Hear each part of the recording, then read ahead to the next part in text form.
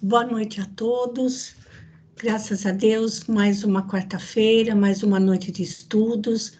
Agradecendo a Deus por todas as oportunidades que Ele nos tem proporcionado nesse sentido. Agradecendo também pela companhia de vocês. Nós desejamos que esta noite, esses estudos possam transcorrer num ambiente de muita paz e harmonia para todos nós, encarnados e desencarnados, e que os benfeitores espirituais da nossa casa de oração possam passar pela casa de cada um de nós, trazendo-nos a bênção confortadora do passe e acolhendo os espíritos necessitados de auxílio que porventura estejam nos envolvendo no ambiente de nossa casa. Para iniciarmos as tarefas dessa noite, a prece de abertura fica por conta da Celina. Por favor, Celina. Boa noite a todos. Boa noite. Vamos elevar nosso pensamento a Deus, ao nosso divino Mestre Jesus, rogando a proteção para os estudos da noite de hoje. Estudos que nos remetem a grandes reflexões da nossa postura perante os ensinamentos de Jesus. Personagens que abraçaram, mesmo sem conhecê-lo, a sua doutrina, a sua missão de amor, e abraçaram com fé e confiança. Ajuda-nos, Mestre, a nos espelharmos nesses exemplos, que são tantos, neste livro, para que possamos, no nosso dia a dia, sermos exemplos daquilo que estamos aprendendo. Ajuda-nos no nosso processo evolutivo, para que possamos, devagarzinho, chegarmos até vós. Contamos com a grande equipe espiritual da casa para nos auxiliar e nos ajudar nas noites de hoje. Que assim seja, Senhor Jesus. Graças a Deus. Obrigada, Celina. Hoje é o nosso encontro de número 50, já estudando Paulo e Estevão. E eu vou sair, então, aqui do nosso... eu gosto de colocar essa numeração, sabe, gente, para que a gente possa ver, assim, a cada semana, quantas bênçãos, quantas oportunidades Deus tem nos concedido nesses estudos, porque nós começamos o estudo de Paulo e Estevão em julho do ano passado.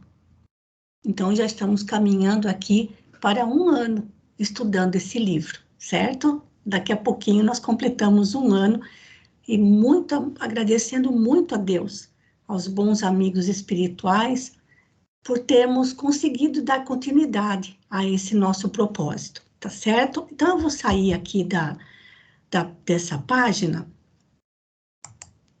vou parar de compartilhar e passar, então, agora a compartilhar o texto do livro Paulo e Estevão. Nós estamos no capítulo 4 da segunda parte, intitulado Primeiros Labores Apostólicos, e vamos só dar uma lembrada rapidamente onde nós paramos na quarta passada. Saulo e Barnabé saíram de Antioquia a caminho de Jerusalém para a Casa do Caminho, que estava passando por muitas dificuldades, não somente na questão material, mas também dificuldades em relação aos ensinamentos de Jesus. Pedro havia sido preso, o irmão de João Evangelista, Tiago, que era o Tiago maior, foi morto, foi o primeiro apóstolo a perder a vida. João e Filipe, não sei se vocês se lembram, quando das perseguições impostas por Saulo, Pedro, João, Filipe foram presos. E Saulo e Gamaliel intercedeu por eles, junto a Saulo, que concordou em soltá-los, com a condição de que João e Filipe fossem embora de Jerusalém. Então, Pedro havia ficado somente com com Tiago, o Tiago, filho de Alfeu, conhecido como Tiago Menor. E agora, com a prisão de Pedro, e ele, como a gente leu na semana passada, nós lemos diretamente o trecho no livro Atos dos Apóstolos, a prisão como Pedro foi tirado da prisão por o texto diz que era por um anjo, mas nós sabemos que são espíritos extremamente evoluídos, que soltou Pedro, e para não causar mais polêmicas em torno da Igreja do Caminho, da Casa do Caminho, Pedro foi para Jope, na estrada. Jope era uma cidade portuária, e ele foi para lá para se afastar um pouco do tumulto em Jerusalém. Então, quando Saulo e Barnabé chegaram na Casa do Caminho, encontraram essa situação. E quem estava na chefia provisória era justamente Tiago, filho de Alfeu. Lembrando que esse Tiago era um grande seguidor das leis de Moisés. E foi justamente por isso que ele não foi preso. E, para a surpresa de Saulo e Barnabé, Tiago, filho de Alfeu, não convidou os dois para se hospedarem na Casa do Caminho. E a Casa do Caminho estava muito diferente também na parte administrativa e na parte religiosa, mais parecendo uma sinagoga. E, enfim, por causa disso, Saulo e Barnabé foram se hospedar na casa da irmã de Barnabé, que vivia em Jerusalém, que se chamava Maria Marcos. E ela, em sua casa, havia formado um pequeno grupo de seguidores do Cristo. E ali Saulo encontrou aquele ambiente familiar que ele tinha encontrado naquela reunião que ele foi em Damasco, na casa de uma costureira, onde quem presidia as preleções era Ananias, e ali ele se sentiu realmente acolhido. E Maria Marcos era mãe de João Marcos, portanto, João Marcos era sobrinho de Barnabé. E ali ela colocou à disposição de todos os necessitados, abrindo as portas de sua casa para as reuniões evangélicas. Gente, é muito importante para a gente ter muito claro essa questão. Ainda era o primeiro século, havia poucos anos da morte de Jesus, não havia passado nem 100 anos, e não havia igreja. Quando Emmanuel usa a palavra igreja, a gente não pode pensar que se trata de uma igreja com as proporções como a gente encontra hoje, seja igreja católica, seja protestante, seja evangélica, seja qual for. Não era nesse sentido, não havia formalismo, não havia ritualismo, rituais, não havia imagens, não havia cargos, não havia cobrança de dízimos, nada disso. Eram reuniões que começavam dentro de uma casa, em família, um pequeno grupo familiar, reunindo amigos, outros parentes, abrindo as portas para os necessitados, tanto do corpo quanto da alma. Nessas reuniões, o que se buscava? Conhecer os ensinamentos de Jesus, compreender. Então, aquele que tinha mais facilidade para falar, para explicar, comentava com os demais os ensinamentos de Jesus. Outra coisa, não tinha livros sobre os ensinamentos de Jesus, a não ser aquelas anotações de Mateus, mas não era todo mundo que podia pedir para um copista copiar uma cópia, fazer uma cópia das anotações de Mateus. Então, começava a se formar uma tradição em torno dos ensinamentos de Jesus, mas uma tradição oral. Nessas reuniões portanto, falava-se, né, explicava-se os ensinamentos, os feitos de Jesus, havia mediunidade. Então, entre os presentes existiam médiuns, e por meio desses médiuns, os espíritos se comunicavam, sobretudo para orientar os passos, as decisões do cristianismo que começava a se formar. E, claro, ajudar os necessitados. Então, era algo muito comum e muito parecido com os primeiros grupos espíritas que se formavam, sobretudo aqui no Brasil, onde não tinha livros para ler, onde a maioria não sabia ler, onde somente um ou outro conseguia compreender os ensinamentos de Jesus à luz do Espiritismo e explicava para os demais, onde haviam médiuns, e por meio desses médiuns, benfeitores espirituais orientavam o rumo dos primeiros grupos cristãos que iam se formando. Não tinha cargo, não tinha chefe. Era tudo muito simples, muito espontâneo e, sobretudo, muito fraternal. Então, é importante para a gente ter em mente que a situação era essa, gente. Não havia lugar para grandes aglomerações, porque se isso existisse, com certeza o exército romano dava em cima, e os próprios judeus iam cair em cima deles. As igrejas funcionavam, as pequenas assembleias eram nas casas das pessoas, evitando-se assim levantar alguma denúncia. Não era um monte de gente, não eram igrejas que comportavam 1000 pessoas, longe disso. Se tivesse 30, era muito. E outra coisa que continua sendo característica, duas coisas que continuam características iguais até hoje.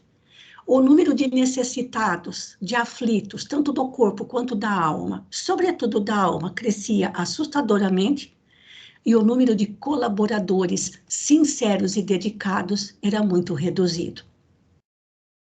É isso que a gente não pode perder de vista. Quando Emmanuel usa, portanto, a palavra igreja, não vamos associar as igrejas religiosas de hoje, tá bom, gente? Eram pequenas assembleias, pequenos grupos cristãos que se formavam em família inicialmente, tá bom? Sem cargo, sem chefia, mas uma assistência espiritual extraordinária. Então, foi dentro desse modelo que foi se formando a percepção de Saulo em relação aos ensinamentos e a vivência dos ensinamentos de Jesus, tá bom? Então, nós paramos nesse parágrafo aqui, olha. Então, Saulo e Barnabé estavam na casa da irmã de Barnabé, que também se chamava Maria, cristã, e ali eles foram recebidos com muito amor e carinho. Gente, a Rita Ser Maria, que começaria a leitura, ela está com um compromisso na escola, tem formatura hoje lá na escola onde ela dá aula no Senai, e então ela não vai poder participar do estudo hoje. Então, Murilo, você poderia começar a leitura para nós, fazer o favor? Oi, posso sim. Pode começar, então. A palestra de Saulo impressionou-a vivamente. Seduziram-na, sobretudo, as descrições do ambiente fraternal da igreja antioquiana, cujas virtudes Barnabé não cessava de glosar instantemente. Maria expôs ao irmão seu grande sonho. Queria dar o filho, ainda muito jovem, a Jesus. De há muito vinha preparando o menino para o apostolado. Todavia, Jerusalém afogava-se em lutas religiosas sem tréguas. As perseguições surgiam e ressurgiam. A organização cristã da cidade experimentava profundas alternativas. Só a paciência de Pedro conseguia manter a comunidade do ideal divino, continuidade do ideal divino. Não seria melhor que João Marcos se transferisse para Antioquia junto do tio? Barnabé não se opôs ao plano da irmã entusiasmada. O jovem, a seu turno, seguia as conversações, mostrando-se satisfeito. Chamado a opinar, Saulo percebeu que os irmãos deliberavam sem consultar o interessado. O rapaz acompanhava os projetos, sempre jovial e sorridente. Foi aí que o ex-doutor da lei, profundo conhecedor da alma humana, mais diretamente.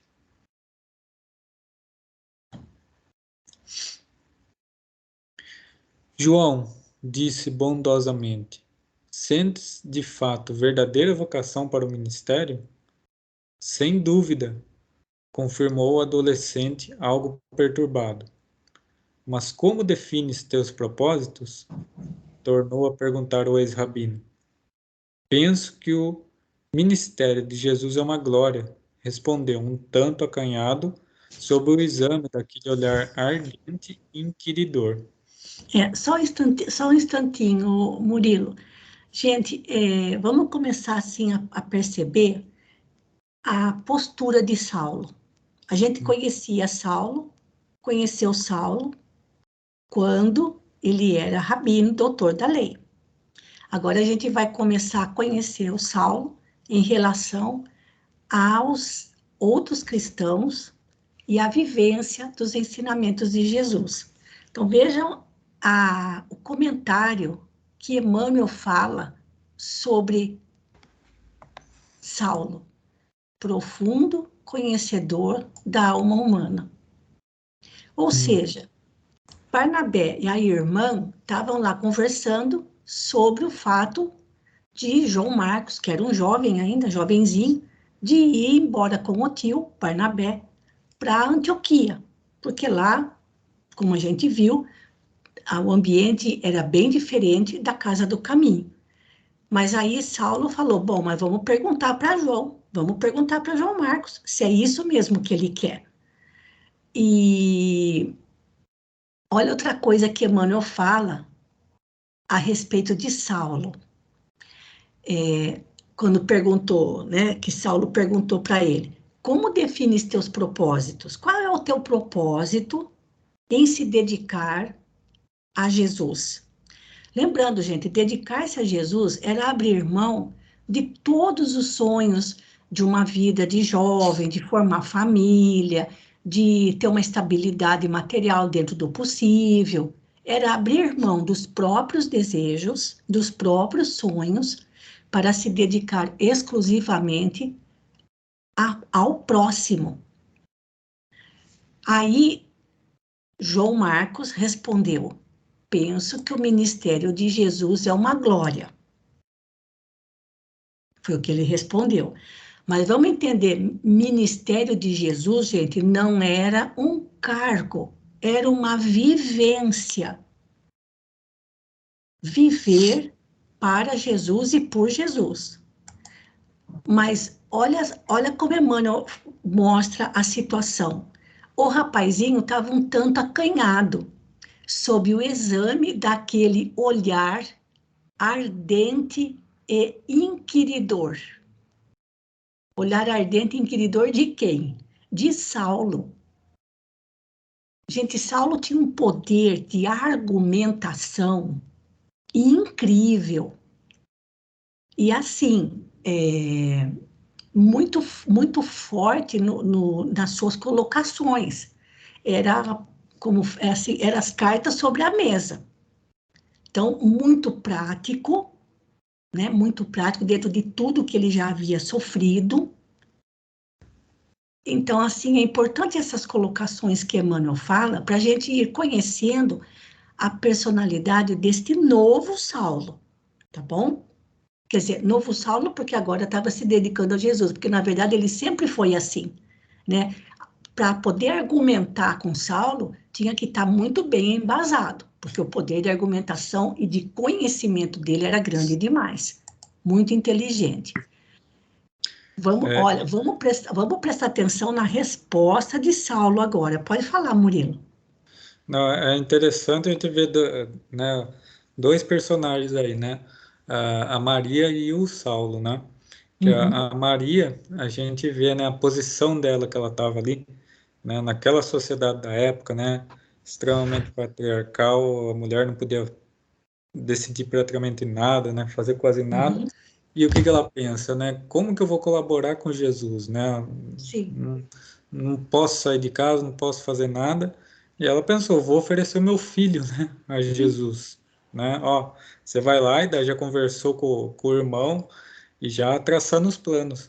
E aí uhum, Saulo só observando, ele tem aquele, né, ponto, né, bem central, né? Pera lá, mas é a opinião do do próprio, né? Vocês interessado, né? perguntaram para ele, né? É, Então é muito interessante esse cuidado que ele teve, né, de ver todo mundo, né? Ele vai fazer isso, vai aquilo, vai para lá, para cá. Pera lá, vocês uhum, perguntaram para ele, né? E aí que ele inicia o diálogo com ele, né? uhum. Saulo refletiu um instante e sentenciou: Teus intuitos são louváveis, mas é preciso não esqueceres que a mínima expressão de glória mundana apenas chega após o serviço. Se assim acontece no mundo, que não será com o trabalho para o reino do Cristo, mesmo porque na terra todas as glórias passam e a de Jesus é eterna. Nossa, ele já inicia, né? Olha a Colocando, porque, colocação. coitado, ele respondeu ali, né? Penso que o ministério de Jesus é uma glória, né? E aí É, Saulo fala, ó, glória é depois, não é, é, né, é, durante, né, aquela coisa, aquela ideia, né, romantizada, né, ah, vou me sim, dedicar ao Cristo, né, como se fosse tudo sim, flores, né. sim, exatamente. O jovem anotou a observação e, embora desconcertado pela profundez dos conceitos, acrescentou: Sinto-me preparado para os labores do Evangelho. E além disso, mamãe faz muito gosto que eu aprenda os melhores ensinamentos nesse sentido, a fim de tornar-me um pregador das verdades de Deus. Maria Marcos olhou o filho cheia de maternal orgulho. Oh, Saulo, tadinha. né? Saulo percebeu a situação. Teve um dito alegre e depois acentuou. Sim, as mães sempre nos desejam todas as glórias deste e do outro mundo. Por elas, nunca haveria homens perversos. Mas no que nos diz respeito, convém lembrar as tradições evangélicas. Ainda ontem, lembrei a generosa inquietação da esposa de Zebedeu, ansiosa pela glorificação dos filhinhos. Jesus lhe recebeu os anseios maternais, mas não deixou de lhe perguntar se os candidatos ao reino estavam devidamente preparados para beber do seu cálice. E ainda agora vimos que o cálice reservado a Tiago continha vinagre tão amargo quanto o da cruz do Messias. Isso. Esse que ele se refere é aquela passagem, né? Que ela chega Uhum, para Jesus e fala, ó, quando estiver lá no reino, coloca um filho meu à tua direita e outro à esquerda, né? sim, isso. A mãe de Zebedeu, quer dizer, Zebedeu era pai de João Evangelista e Tiago Maior. Né? O fato de ser chamado Tiago Maior, indicando que era mais velho, e João o mais novo. E João na época também era jovem, moço ainda. Uhum. E aqui, gente, ó, assim, Saulo fez uma brincadeira, né? Deve ter feito alguma brincadeira ali a respeito que coube ali naquele momento, mas olha assim, que verdade ele falou aqui, certo, Saulo? Então, agradeço ao Saulo por ele ter falado isso, porque realmente é verdade. As mães sempre desejam todas as glórias deste e do outro mundo, não é só deste mundo, né? E do outro mundo também, para os seus filhos, e que por elas nunca haveria homens perversos, porque para toda mãe o filho é sempre um anjo, mesmo que já seja um marmanjo, né, gente? Então, aqui ele estava lembrando dessa passagem que é com Jesus, que realmente, e Tiago, né, o Tiago maior, que havia, que foi o primeiro dos 12, tirando Judas, claro, a ser morto por perseguição. Pode continuar, Murilo. Todos silenciaram, mas Saulo continuou em tom prazenteiro, modificando a impressão geral. Isso não quer dizer que devamos desanimar ante as dificuldades, para aliciar as glórias legítimas do reino de Jesus. Os obstáculos renovam as forças. A finalidade divina deve representar nosso objetivo supremo. Se assim pensares, João, não duvido de teus futuros triunfos. Uhum. Pessoal, quando quiser comentar, fique à vontade, viu, Murilo? Tá? Mas olha essa frase. É. É desse jeito que a gente considera os obstáculos da vida? É desse jeito que a gente considera os obstáculos pelos quais a gente passa na vivência do Evangelho? Não. A gente sempre acha que os obstáculos só atrapalham. E aqui Saulo diz que eles renovam as nossas forças, né? Então, muito bonito isso. Pode continuar, É Murilo. que ele próprio tinha vivenciado, né, tantos e Sim, tantos e tantos obstáculos, dado sim, murro e ponta de isso. faca, até que ele Nem. vivenciou aquele que modificou a concepção dele, né? Uhum. E às vezes acho que é isso que falta para a gente, né? Passar por aquele obstáculo que vai, né, como diz, virar a chave, né? Para a gente Isso, passar a enxergar dessa vai forma, né? trazer aquela lição, né? Exato. Uhum. Mãe e filho sorriram tranquilos. Ali mesmo, combinaram a partida do jovem, em companhia de Barnabé. O tio discorreu ainda sobre as disciplinas indispensáveis, o espírito de sacrifício reclamado pela nobre missão. Naturalmente, se Antioquia representava um ambiente de profunda paz, era também um núcleo de trabalhos ativos e constantes. João precisaria esquecer qualquer expressão de esmorecimento para entregar-se de corpo, de alma e corpo ao serviço do Mestre com absoluta compreensão dos deveres mais justos. O O Murilo, rapaz, é, oi, Murilo, só um pouquinho aqui, um comentário a respeito disso aqui, ó. A gente não fala desse jeito, não é? A gente fala de é, corpo e alma, não é? uhum, Por que será que Emmanuel colocou de alma e corpo? pois é, aonde Emmanuel que é a desapontou em sede de nós, gente. tudo, né? Uhum.